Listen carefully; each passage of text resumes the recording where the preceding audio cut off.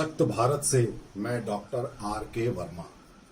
साथियों, आपने ज्ञान व्यापी मंदिर प्रकरण में एक एक्ट, एक कानून का जिक्र सुना होगा, प्लेसेस ऑफ वर्शिप एक्ट 1991।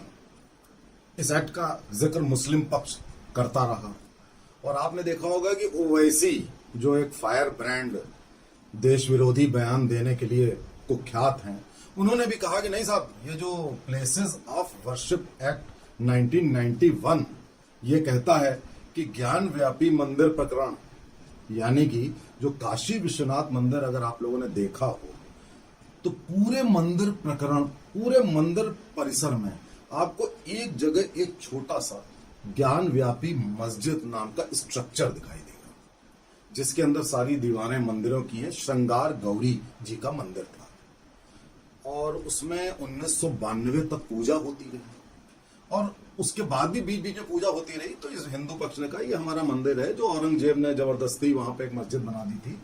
तो जिक्र किया गया कि प्लेसेस ऑफ वर्शिप एक्ट 1991, जो कि उस समय कांग्रेस सरकार ने बनाया था संसद में, जब अयोध्या राम मंदिर प्रकरण जोरों पर था। और साथियों, जब उन्होंने देखा कांग्रेस ने हमेशा इस देश की संस्कृति के साथ खिलवाड़ किया है, पहले तो देश का विभाजन कर दिया और उसके बाद ये एक्ट बना दिया कि साहब अयोध्या को छोड़कर कोई और पूजा धार्मिक स्थल जो है उसमें कोई छेड़छाड़ नहीं की जा सकती। ऐसा उन्होंने इसलिए किया क्योंकि वे जानते थे कि मुगलों ने इस देश के 40,000 से ज्यादा मंदिर जो ध्वस्त किए और उसमें से कईयों के ऊपर उन्होंने मस्जिदें बना ली। तो उनको यह था कि नहीं साहब, ये ना हो, जबकि इस देश का धर्म के आधार पर बंटवारा हो चुका था। उसके बावजूद उन्होंने ये एक्ट बनाया। अब मैं आपको इस एक्ट के प्रावधान और इसमें क्या क्या चीजें हैं उसके बारे में चर्चा करता हूं। इस एक्ट में यह प्रावधान है कि अयोध्या को छोड़कर पूरे भारत में कोई भी धर्म स्थल, उसका जो स्थिति 1947 में, 15 अगस्त 1947 में जो स्थिति थी, वही स्थिति यथा स्थिति में रहेगी, यानी कि उसको बदला नहीं जा सकता। अब ये पूछा जा रहा है कि ये जो 15 अगस्त 1947 जो आपने तारीख घोषित करी, इसका आधार क्या था? आपका संविधान तैयार हुआ है 1950 में, 47 में देश आजाद हुआ है, लेकिन उसके पहले ही नेहरू जी शपथ ले चुके थे और 47 में देश का बंटवारा भी हो चुका था, मुसलमानों को उनका देश दिया जा चुका था। तो किस आधार पर 15 अगस्त 1947 एक डेडलाइन चुनी गई? नंबर 1। और नंबर 2 कि इस एक्ट में कुछ एक्सेप्शंस थे, अपवाद थे। वो अपवाद ये था, ये जो सबसे बड़ा अपवाद था कि जो स्ट्रक्चर या धर्मस्थल प्राचीन है, 100 साल से पुराना है, और जो आर्कियोलॉजिकल सर्वे ऑफ इंडिया 1958 के एक्ट में जिसका रजिस्ट्रेशन है, उसके लिए ये लागू नहीं होगा। अब ये बहुत बड़ी बात थी कि इन पाश्चात्य धर्मस्थलों के लिए लागू नहीं होता है। अब ये जो ज्ञान व्यापी प्रकरण हुआ, उसमें नंबर 1 तो इस प्रकरण का हवाला दिया गया।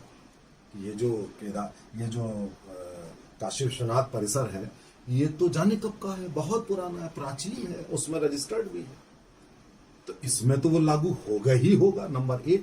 नंबर 2, उसमें तो 1947 में जो यथास्थिति थी, तो ये ज्ञान व्यापी जो आप मस्जिद बोलते हो, यहाँ पे गौरी श्रृंगार मंदिर, वहां पूजा होती थी श्रृंगार गौरी जी की।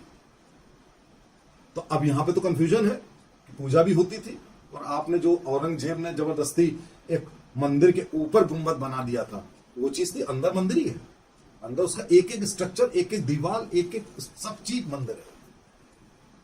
तो अब इनकी ये दलील थी कि नहीं साहब, ये तो प्लेसेस ऑफ वर्शिप एक्ट एकदम ब्रह्मा की लकीर हो गया, अब तो उसका ना तो कोई अपवाद है ना कुछ है, ये तो ऐसे ही रहेगा। तो साथियों, ये प्लेसेस ऑफ वर्शिप एक्ट जो कि असंवैधानिक है, मैं ये बहुत बड़ा स्टेटमेंट आपके सामने दे रहा हूं, असंवैधानिक, अनकॉन्स्टिट्यूशनल है। क्यों? उसकी दो वजह है। नंबर एक, 15 अगस्त 47 एक डेडलाइन बनाने के पीछे उसका क्या बेसिस था आपने नहीं बताया। उसका बेसिस कोई है ही नहीं। आजादी मिलना अलग बात है, धर्म स्थल एक 5000 7000 पुराने देश में जिसमें धर्म स्थल सारे बने हैं, ये पूर्णतः भिन्न मुद्दा है। तीसरी बात, देश का बंटवारा होकर उनको उनका देश दिया जा चुका है, तो आप अपने देश में देश विरोधी बात कैसे करेंगे? नंबर एक। नंबर दो, साथियों, जब भी संसद कोई कानून बनाता है तो एक प्रावधान होता है जुडिशियल रिव्यू का। इस प्लेसेस ऑफ वर्शिप एक्ट में जानबूझकर जुडिशियल रिव्यू का मतलब होता है कि कोर्ट ये देखता है कि ये जो एक्ट बना है ये गलत तो नहीं है, ये मूल अधिकारों का हनन तो नहीं कर रहा है। ऐसा नहीं करने दिया गया, ना ही ऐसा करवाया गया, तो बगैर जुडिशियल रिव्यू हुए वो एक्ट कॉन्स्टिट्यूशनल नहीं हो सकता, नंबर एक। और नंबर दो, 100 साल पुरानी वाली बात। नंबर तीन, कि आपने उसमें प्रावधान ही नहीं दिया कि 15 अगस्त 47 किस बेसिस पे किया गया।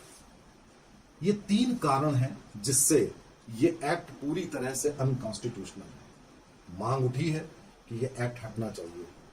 साथियों, जो ये कांग्रेस ने बीड़ा उठाया था और अभी भी उठा रही है, इस देश की संस्कृति को खत्म करने का, इस देश की सनातन धर्म और संस्कृति को खत्म करने का, उसको पहचानिए। हर हाल में प्लेसेस ऑफ वर्शिप एक्ट 1991 ये रिपील होना चाहिए, यानी कि खत्म होना चाहिए, और ये खत्म होकर रहेगा। हमारी और आपकी कोशिशें जारी रहनी चाहिए। जय हिंद,